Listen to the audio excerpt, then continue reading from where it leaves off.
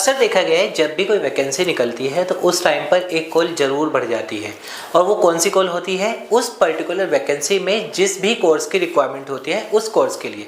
जैसे कि एक एग्जांपल लेते हैं, बिहार में लाइब्रेरियन की वैकेंसी निकलने वाली है तो अचानक से बेलिस की कोर्स के लिए बिहार से कॉल आना शुरू हो जाएगा। या फिर अभी राजस्थान में निकलने वाली है या फिर DSSB दिल्ली ने अगर निकाली है तो वहाँ पर क्या होता है कि अभी हमने वैकेंसी निकाली तो उसके बाद हमारे पास कॉल्स बढ़ जाती हैं कि सर डिग्री चाहिए। हम उनसे पूछते हैं कि आपने किस कोर्स के लिए चाहिए, तो वो हमें पर्टिकुलर उस कोर्स का नाम बताते हैं कि मुझे ये चाहिए। फिर हम उनको एडमिशन का प्रोसेस बताते हैं कि है कि इस तरीके से आपका इस सेशन में एडमिशन हो जाएगा। लेकिन उनको क्या चाहिए होता है कि अरे सर 2 दिन बाद या फिर 1 महीने बाद तो वैकेंसी ही आ जाएगी, तो मुझे तो 1 महीने के अंदर अंदर चाहिए या फिर 2 महीने के अंदर अंदर चाहिए। और उस टाइम पे आप लोगों के साथ जो फ्रॉड होता है, ऐसे जितने भी लोग हैं उनको अच्छी तरह से पता है कि क्या होता है।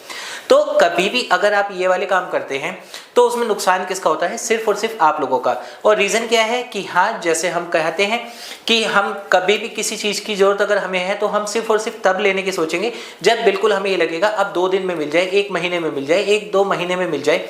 जबकि ऐसा यूनिवर्सिटी के लिए बिल्कुल नहीं होता है। अगर हम यूनिवर्सिटी के प्रोस्पेक्टिव से बात करें, उनको इस चीज़ से कोई मतलब ही नहीं होता है कि आपकी कौन सी वैकेंसी आ रही है या फिर उस वैकेंसी को करने के लिए कौन सी आपका लास्ट डेट है, या फॉर्म भरने के लिए या फिर फॉर्म के बाद डॉक्यूमेंट वेरिफिकेशन के लिए आपको इस डेट तक वो मार्कशीट या फिर आपकी डिग्री या फिर आपको एनरोलमेंट सबमिट करना जरूरी है।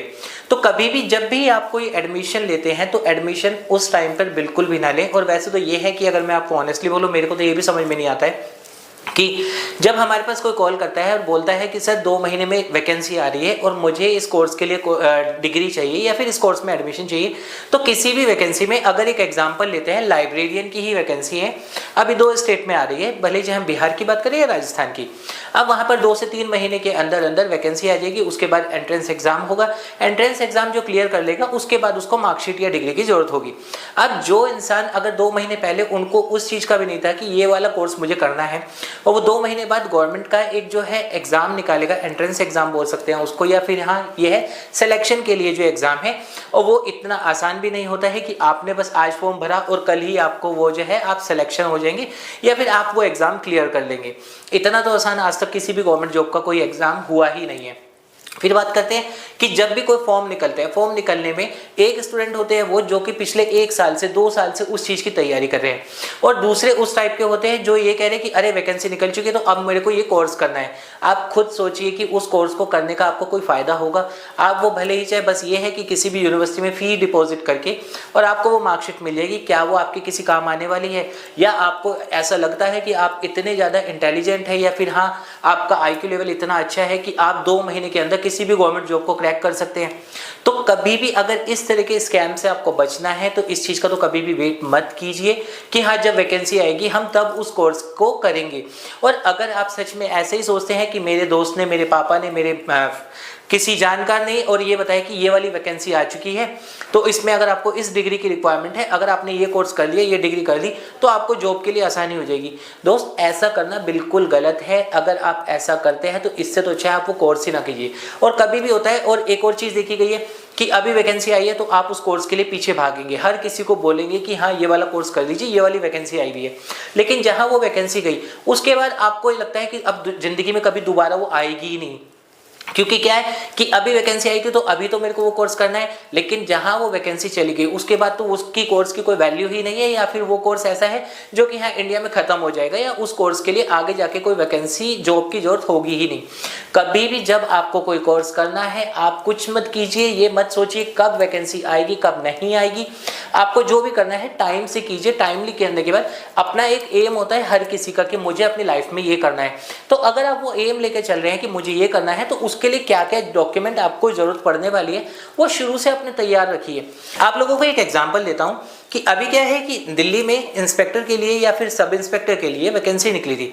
अब उस वैकेंसी में क्या था कि ग्रेजुएशन होना कंपलसरी था, तो जिन्होंने ग्रेजुएशन किया हुआ था टाइम से और उसके बाद जो उसकी 1 साल 1.5 साल पिछले 2 साल से तैयारी करते हुए आ रहे थे, तो वहां पर जिन्होंने एग्जाम क्लियर भी कर लिया था, एग्जाम क्लियर करने के बाद एक डॉक्यूमेंट वेरिफिकेशन का प्रोसेस होता है।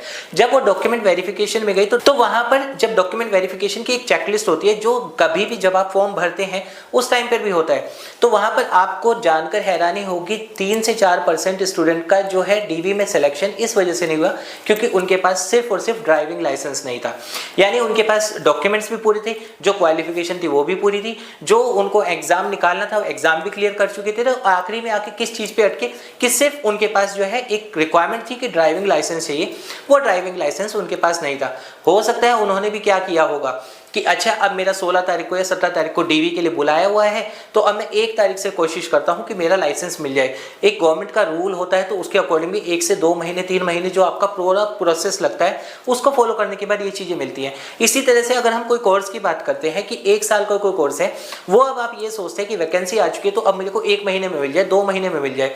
फिर आपको क्या होता है कि उस तरह के फ्रॉड लोग आपको मिलते हैं जो आपको बोलेंगे हम आपको 15 दिन में करवा देंगे, और वो 15 दिन वाला किया हुआ कोर्स आपके किस काम आने वाला है। ऐसे एग्जाम्पल बहुत भरे हुए हैं। और अगर आपको यही जानना है बैकडेट डिग्री लेने के बाद क्या क्या होता है, तो मैंने ऑलरेडी बहुत सारी वीडियोस बना रखी है बैकडेट डिग्री लेने से क्या क्या नुकसान होते हैं।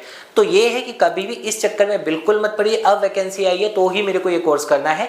जब भी आपको लगे कि हाँ मेरे को ये कोर्स करना है और आपका एक मोटिव है कि मुझे अपना लाइफ में ये वाला काम करना है, तो उसके लिए आपको पहले से पता है कि अगर मुझे ये जॉब करनी है तो उसके लिए क्या क्या रिक्वायरमेंट होती है, वो आपको पहले से गूगल पे सब मिल जाता है। तो वो आप पहले से करके अपना तैयार रखिए। तो दोस्तों इस वीडियो को बनाने का मकसद मेरा कुछ ये नहीं था कि इस यूनिवर्सिटी के बारे में एक्सप्लेनेशन देना है या फिर इसके लिए, ये सिर्फ और सिर्फ आप लोगों के लिए थी कि आप लोग जो गलती कर रहे हैं काश वो ना करें। इस वीडियो को देखने के बाद यही मेरी उम्मीद है आपसे। तो उम्मीद करता हूं आपको ये वीडियो छोटी सी पसंद आई होगी। अभी भी अगर आपको कोई इस चीज के रिलेवेंट भी कोई क्वेरी है आप कमेंट कीजिएगा, मैं उसका रिप्लाई आपको कर दूंगा।